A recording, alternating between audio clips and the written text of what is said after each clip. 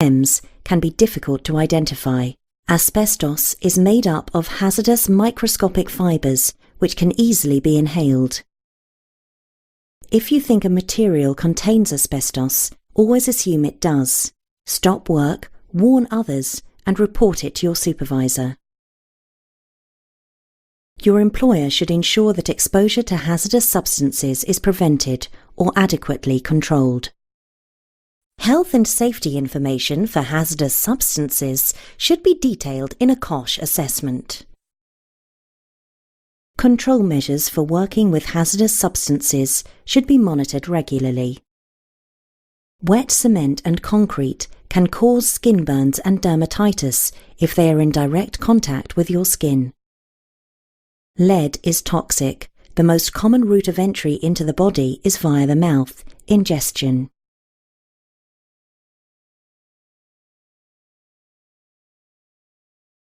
Where are you most likely to come across asbestos? In a house built between 1950 and 2005. In any industrial building built after the year 2000. In any building built or refurbished before the year 2000. Asbestos has now been removed from all houses and buildings.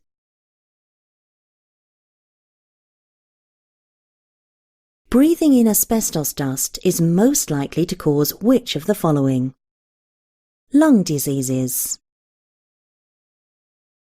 throat infections, dizziness and headaches, aching muscles and painful joints.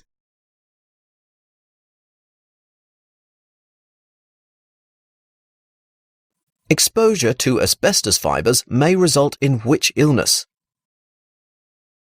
Heart disease, skin cancer, dermatitis, lung cancer.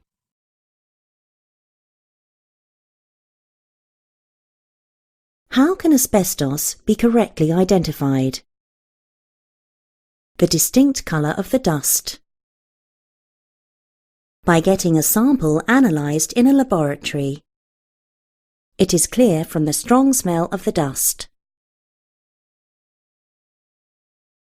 By putting a piece in water and seeing if it dissolves.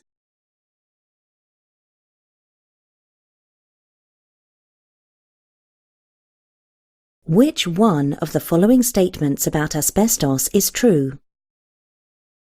Asbestos fibres are most likely to enter the body through the skin. Asbestos fibres only cause health problems for smokers. Asbestos in buildings must always be removed regardless of condition. Asbestos fibres are most likely to enter the body through inhalation.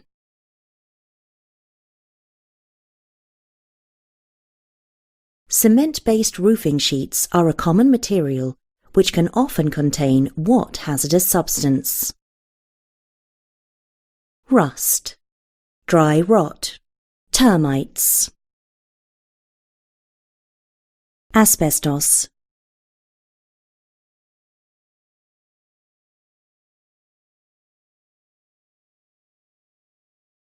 What is the main immediate hazard from kneeling directly on wet cement? Skin burns, dermatitis, eczema, skin rash.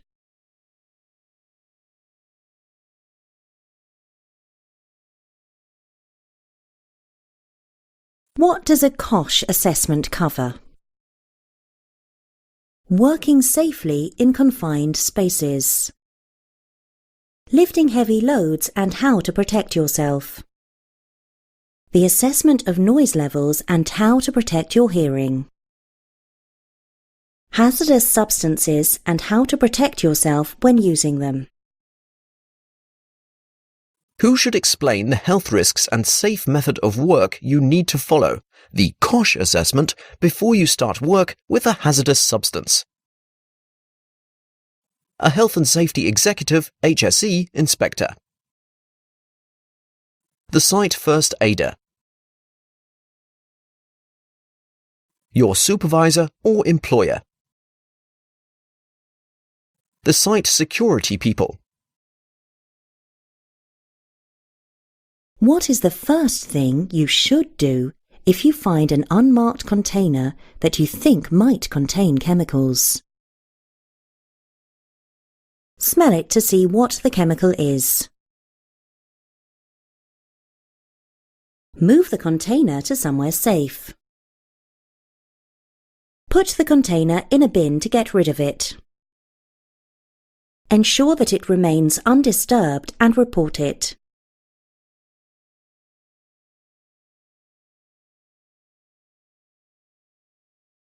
How is it possible to tell that a product is hazardous? It will always be in a cardboard box. It will always be in a black container. By the shape of the container or packaging. By warning symbols on the container or packaging. What does the word sensitizer mean on the packaging of a substance? It should not be used under any circumstances.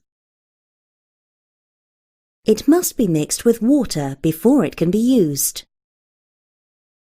That it could cause allergic reactions when handled.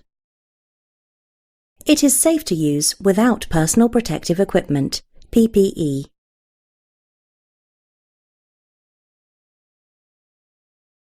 Identify which of the following signs is associated with a substance being toxic if swallowed or inhaled.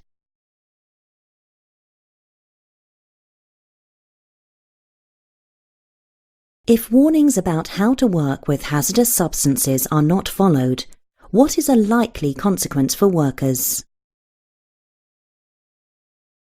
Good health, increased fitness level, decreased fitness levels,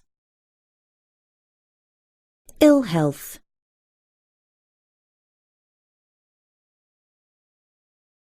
What should employers check regularly if you are working with hazardous substances? Your mood, your family, your health, your wages. A worker is using a new substance when they start to feel ill. What should the worker do? Stop work and report it to a supervisor or manager on site immediately. Nothing. It is acceptable to feel ill with certain substances. Continue with the work, but report it to the supervisor later. Enter the details into an incident report and continue to work with the substance.